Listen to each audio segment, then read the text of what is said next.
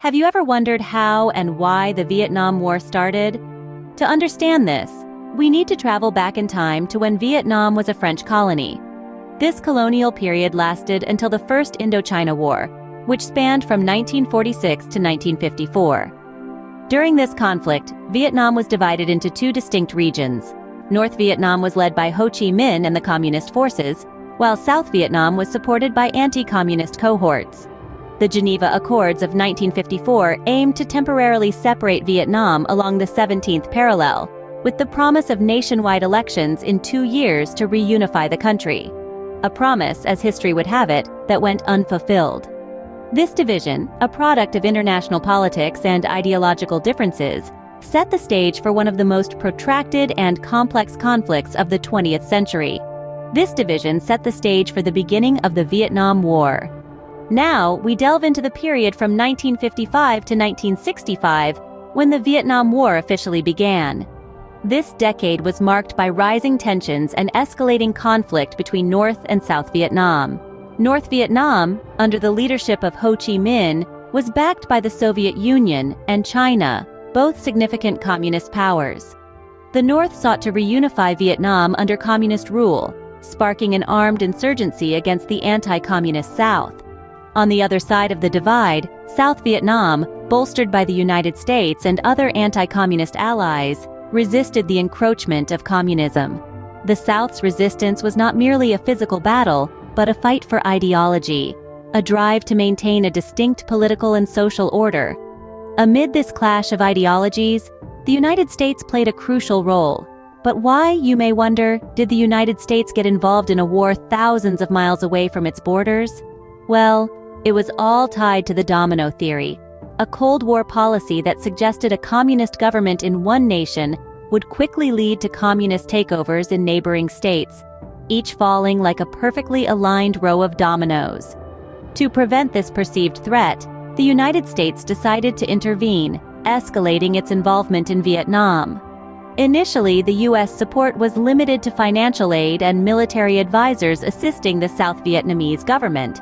The objective was to strengthen South Vietnam's ability to resist the insurgency, allowing it to stand firm against the communist North.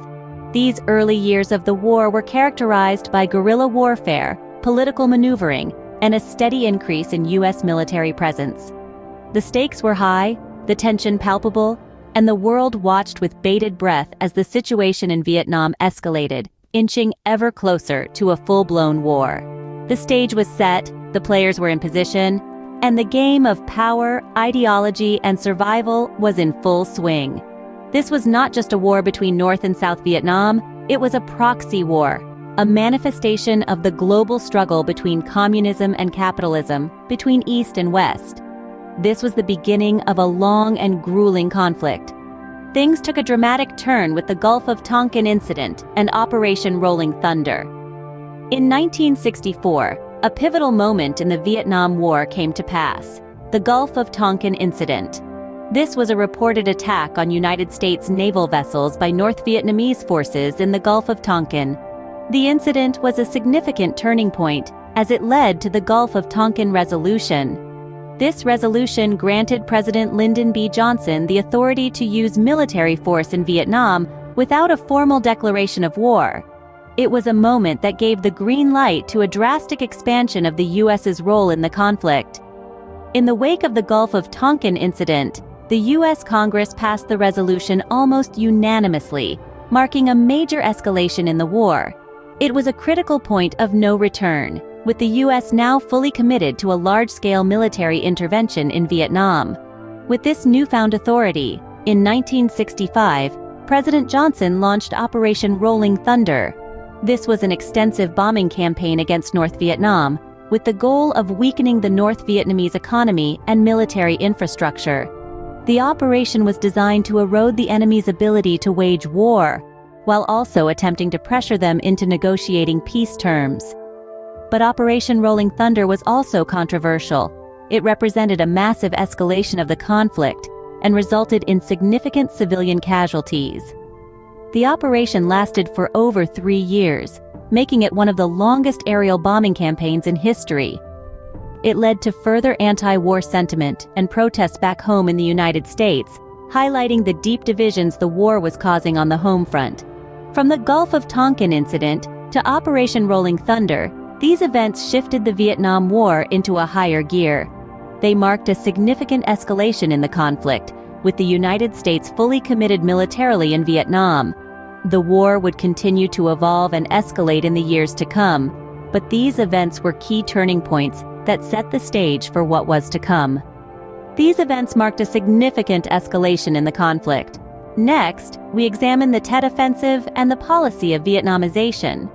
In the early hours of January 30th, 1968, during the Vietnamese Lunar New Year, or Tet, North Vietnamese and Viet Cong forces launched a series of surprise attacks against South Vietnam and U.S. positions.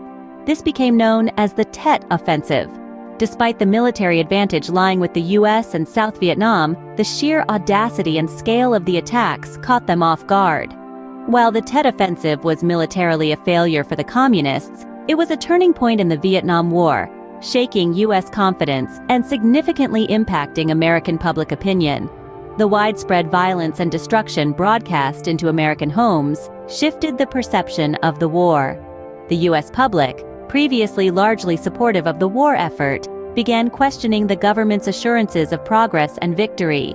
In the same year, Richard Nixon was elected President of the United States. Faced with growing domestic opposition to the war, Nixon implemented a policy known as Vietnamization in 1969. The goal? Gradually transfer the burden of combat to South Vietnam, allowing U.S. troops to return home. Vietnamization involved improving the combat capability of the South Vietnamese Army, or ARVN, while the U.S. steadily reduced its troop levels. Nixon believed that a strong and self-reliant South Vietnam could stand up to the Communist North without the need for extensive U.S. military presence.